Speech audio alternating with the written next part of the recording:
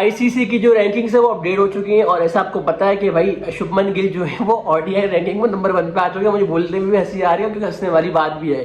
कहने की बात ये कि भाई जिस चीज़ का डर मुझे था वो तो होना था और इनको ओडीआई वर्ल्ड कप में शुभमन को नंबर 1 पे लेकर आना ही था। अगर उसकी शुरू में कोई अच्छी परफॉर्मेंस हुई होती तो वो वैसे भी लेकर आते, बट वो हो नहीं पा रही थी। तो जस्टिफाई करने के लिए कुछ चीज़ें होती हैं वो कर नहीं पा रहे थे, बट उन्होंने 92 कर दिया था अगेंस्ट श्रीलंका। भाई उनको मिल गया मौका और वो फिर नंबर 1 पे लेकर आके वापस आते हमको ऊपर बिठा दिया। और जब मैंने उनके एवरेजेस निकाले तो उनके सेना कंट्रीज में उनकी एक भी सेंचुरी नहीं, मतलब हैरान हो रहा हूँ। साउथ अफ्रीका और इंग्लैंड में तो उन्होंने आज तक खेला ही नहीं है ना, ओडीआई उन्होंने वहाँ पर आज तक खेला ही नहीं है। बाकी टीम्स की अगर बात करें तो 44 के अगेंस्ट पाकिस्तान के अगेंस्ट 44 का उनका एवरेज, इंग्लैंड के अगेंस्ट 9 का है और 44 या 48 है आई थिंक, ऐसा ही है। ऑस्ट्रेलिया के अगेंस्ट मैं वो लगा दूंगा, आप देख लेगा।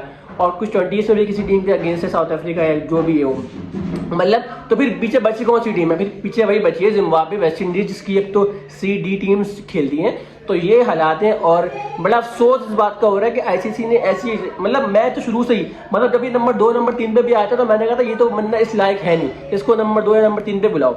विराट कोहली से भी ऊपर आ गया और उसके बाद अब तो आज बाबर से भी ऊपर, तो और हद पार हो गई है। और इस चीज़ की उम्मीद थी क्योंकि अगर आप बाबर के एवरेजेस देखोगे तो वो बहुत ऊपर है। अब आप ये बोलते हो कि भाई सी या डी टीम्स आ रही है, आप बाबर के अगर ऑस्ट्रेलिया के एवरेज निकालोगे उसके वो भी अच्छे हैं, यहाँ पर भी अच्छे हैं, इंग्लैंड की भी उसके एवरेजेस अच्छे। अगर आप उसका इंग्लैंड का एवरेज निकालोगे आपको लग पता जाएगा, जरा आप निकाल के देख लेना।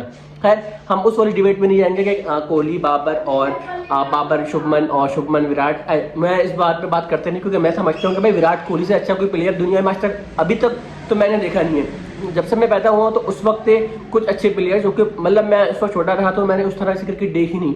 जब मैं 14-15 में जब मैंने क्रिकेट देखना स्टार्ट करी थी तो फिर मैंने विराट कोहली को अपनी आंखों से देखा था और आज तक देख रहा हूँ। तो उसके आगे पीछे कोई आता नहीं है और आना भी नहीं चाहिए क्योंकि उसकी जो, मैं अपनी उसकी ग्रेटनेस की बात इसलिए करूँगा भाई क्योंकि मैंने विराट कोहली को खेलते हुए देखा है हर सिचुएशन में। तो विराट कोहली के आगे पीछे मैं किसी को रखता ही नहीं, चाहे दुनिया का वो कोई सा भी प्लेयर हो, मैं रखता नहीं हूँ और उसके करीब भी कोई नहीं है। तो बाबर की डिबेट तो उसके आगे हो सकती ही नहीं है, पॉसिबिलिटी ही नहीं है, जरी सी भी नहीं है, क्योंकि क्रिकेट एक्सपर्ट्स जो होते हैं वो इसी तरह की बात करते हैं। जो बंदा ये बोल रहा है ना बाबर के एवरेज निकाल लो, विराट का एवरेज से कंपेयर कर लो, शुरुआत में बाबर ने अभी 20 इनिंग खेली है, विराट की शुरू की 20 इनिंग थी, अबे घटिया बात है, घटिया सोचा। आप अभी की बात करो, विराट कहाँ पर है, बाबर कहाँ पर है, बाबर कहाँ पर है, शुभमन कहाँ पर है, ये सब अलग अलग चीज़ें। बट मैं रैंकिंग्स देख के थोड़ा सा मुझे अजीब लगा था कि अभी जिस तरह से 930 पे है, आई थिंक 830 पे शुभमन आए हुए, बट अभी उनका अगला मैच है अगेंस्ट नीदरलैंड जो भी, तो फिर और ऊपर रैंकिंग जाए, क्यों नहीं जाएगी भाई? जाएगी।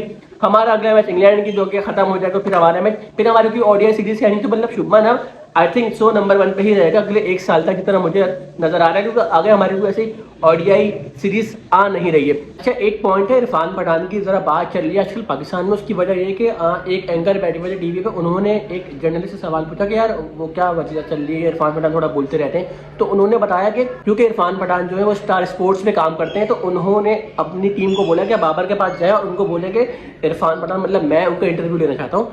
तो उन्होंने मना कर दिया स्टार स्पोर्ट्स वालों को, बाबर ने, कि मैं इनको अपना इंटरव्यू नहीं दूंगा। देन वो खुद गए फिर बाबर के पास और बोलने लगे कि मुझे आपका इंटरव्यू चाहिए। कोई सीरीज 2022 के वर्ल्ड कप की बात है आई थिंक, जितना मुझे समझ आ रहा है, जितना उन्होंने जिस तरह बताया है। तो बाबर ने उनको भी मना कर दिया और उन्होंने बोला कि जो बंदा हमारे मुल्क पाकिस्तान के अगेंस्ट बात करेगा मैं उसको अपना इंटरव्यू नहीं दे सकता। और बहुत बेहतरीन बात करी। मैं तो यही चाह रहा था कि भाई ये हो, क्योंकि मैं हमेशा अपनी चैनल पे आगे बात करता हूँ इरफान पठान की, क्योंकि वो बंदा इस लायक नहीं है कि उस पर कोई बात हो जाए, उसकी कोई तारीफ की जाए, क्योंकि उन्होंने क्रिकेट की फील्ड में उन्होंने कोई नाम अपना कमाया ही नहीं है। जो उन्होंने नाम कमाया है वो क्रिकेट के बाद कमाया है कमेंट्री में। तो मैं हैरान होता हूँ कि अगर कोई बंदा उनकी क्रिकेट की बात करता है, उनकी क्रिकेट में परफॉर्मेंस 0 है। बेशक उन्होंने कोई हैट्रिक वैट्रिक मारी हो, छोटी मोटी हैट्रिक पाकिस्तान के अगेंस्ट मारी हो, ये कोई वो बॉलर, वो भागते हुए स्पिनर्स ही थे, मेरे भागते हुए स्पिनर से भी बल्ला हल्के थे। हमारा शायद अफरीदी 135 बॉल करता था भाई कभी कभी स्पिन में, तो 131 से 135 कौन सी फास्ट बॉल थी अगेंस्ट न्यूजीलैंड करी थी उसने। तो मैं ये बात बता रहा था। खैर शुभमन गिल नंबर 1 रैंकिंग पे आ चुके हैं और अगले 1 साल तक शुभमन गिल जो है वो नंबर 1 रैंकिंग पे ही रहेंगे। तो मैं इस बात पे बड़ा हंस रहा हूँ और आप लोग भी हंसिए, और हंसने का माहौल है, तो बस इसी हंसने के साथ हम अपनी वीडियो को बस एंड करते हैं बस।